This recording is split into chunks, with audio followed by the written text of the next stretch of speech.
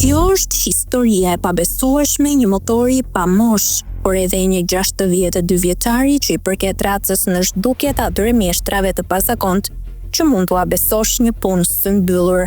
Motori që shihni në foto është provuar nga industria gjermane që mbështeste ushtrinë me mjete gjatë luftës së dytë botërore.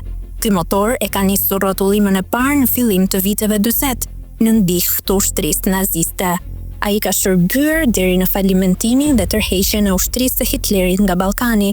Ishte një nga rreth 2000 mjetet që gjermanët lanë në tërheqje sipër në malet midis Greqisë dhe Shqipërisë. Këto mjete u mblodhën nga shteti grek pas mbarimit të luftës dhe u shitën në ankant.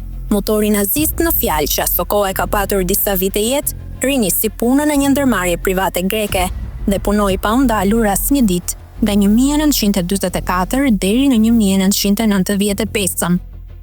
Në vitin 1995, një mjeshtër saldimi nga Mesopotami Sarandës, Pandeli Thanasi, e blen nga kolegu grek që e përdorte për rreth gjysmë shekulli.